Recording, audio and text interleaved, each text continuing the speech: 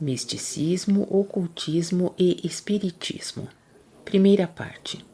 Pergunta: é o misticismo mais útil para a ascensão espiritual do que, por exemplo, o ocultismo e o espiritismo? Nesse sentido, de que adiantam as numerosas seitas? Resposta: se Vossa Senhoria se encontra diante de uma tal pergunta, deve, em primeiro lugar, procurar sentir intuitivamente as consequências espirituais das diferentes atuações, formando depois o próprio conceito, unicamente de acordo com isso.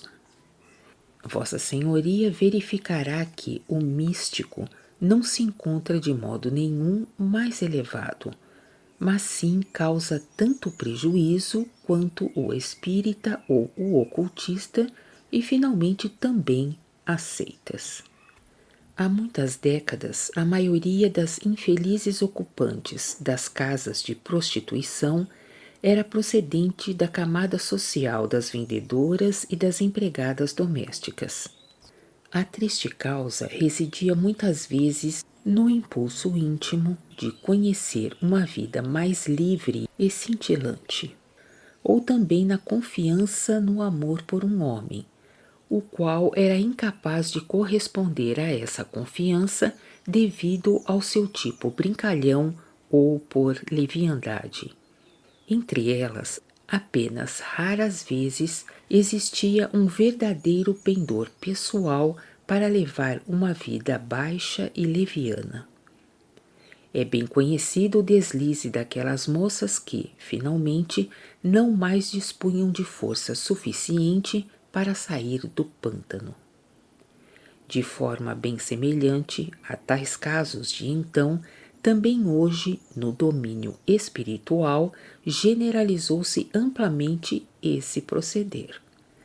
A tendência de penetrar na vida do assim chamado além, que muitos seres humanos imaginam bem diferente do que realmente é, leva hoje para o pântano das trevas grandes massas dos pretensos pesquisadores que anseiam algo diferente.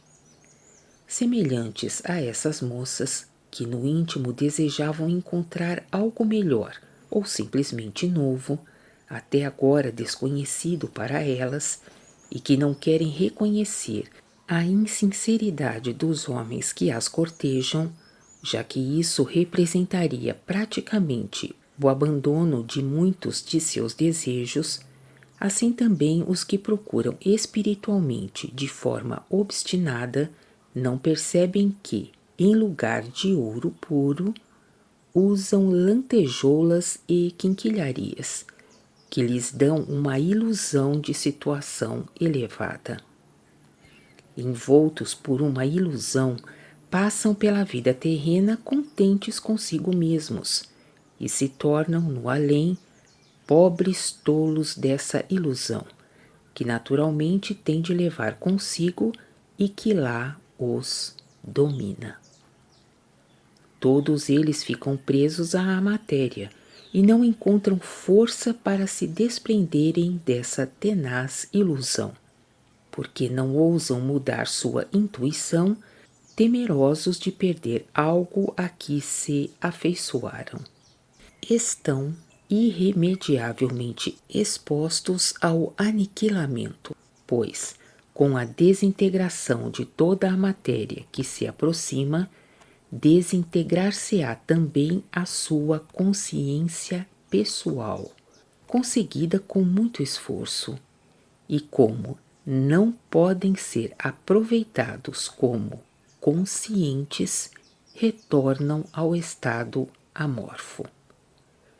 Isso, porém, não constitui nenhum progresso, como os budistas supunham, e sim uma extinção da evolução conseguida até então, já que esta ocorreu na direção errada.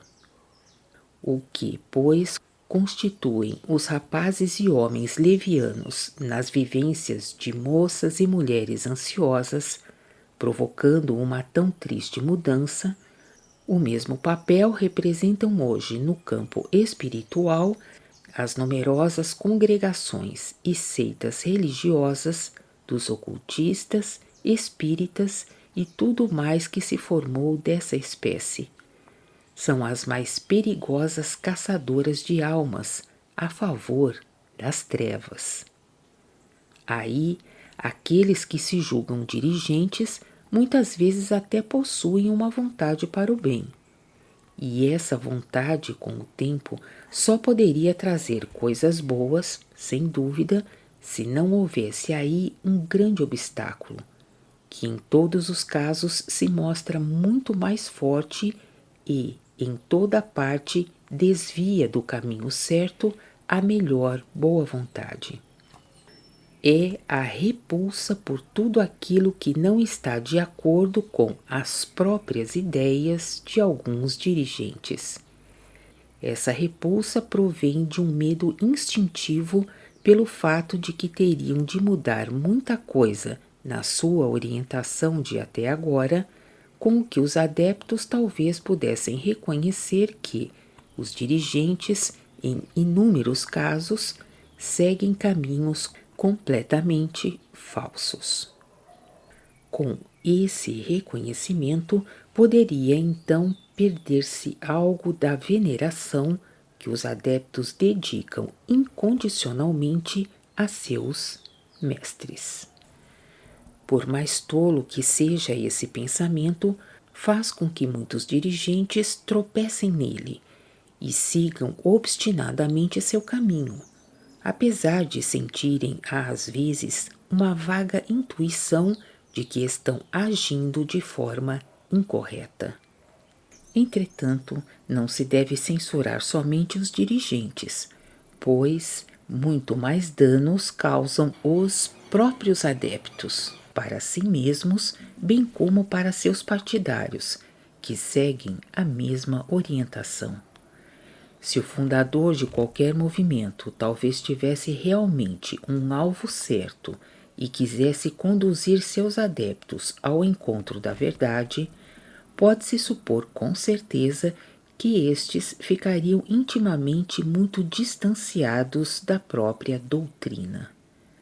No caso do falecimento do fundador, logo se mostraria a falta do verdadeiro vivenciar de uma boa doutrina. Os adeptos imaginariam já possuir tudo, inclusive a essência máxima desses ensinamentos, entregando-se assim à vaidade espiritual, que lhes fecha a porta para uma possibilidade de ascensão posterior. Eles passam alegres e ignorantes pela derradeira verdade, verdade para a qual o próprio fundador queria prepará-los.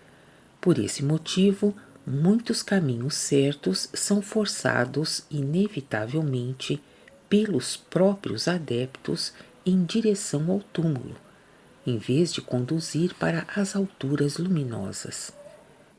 Quantos buscadores e quantos pretensos sabedores passaram, outrora, sem se aperceber, perante o único e verdadeiro Mestre, o Filho de Deus, especialmente aqueles que se consideravam capacitados para reconhecer a sua vinda. Justamente esses tornaram-se os seus mais acérrimos adversários.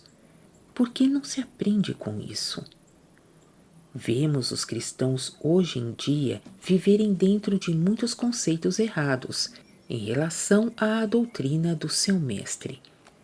Orgulhosos, arrogantes e, contudo, ignorantes perante a profunda verdade que jaz na mensagem de Cristo.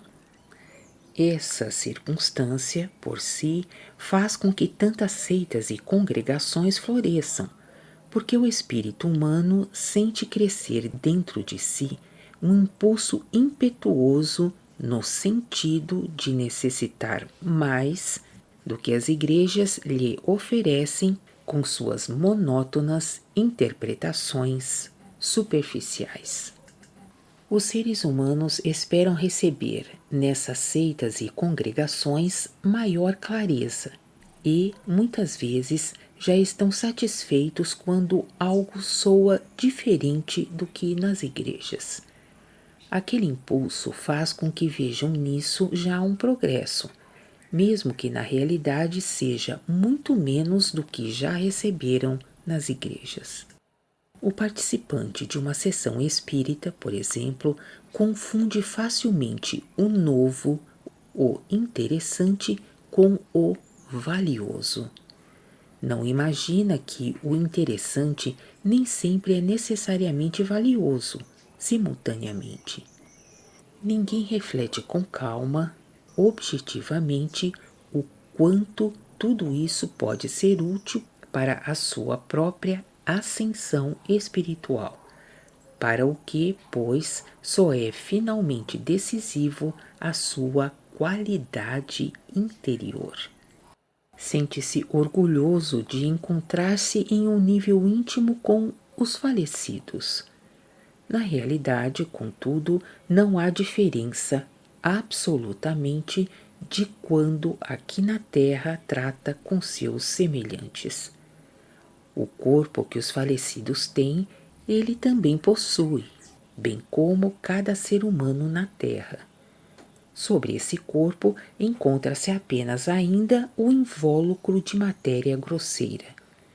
E aquilo que os do além lhe comunicam com muito esforço não representa a milésima parte daquilo que Cristo trouxe. Apesar disso, o participante dá mais valor a todas aquelas pequenas manifestações cujo conteúdo já há muito lhe é bem familiar. Quanta falta de independência no seu próprio pensar e na intuição ele demonstra com isso em todo o seu modo de ser. Não emprega também o que vivencia nas sessões para penetrar o quanto antes, com toda a seriedade, na mensagem de Cristo, a fim de aprender a compreendê-la corretamente e assimilar toda a sua grandeza, a fim de lançar-se para o alto em direção à liberdade espiritual nela desejada.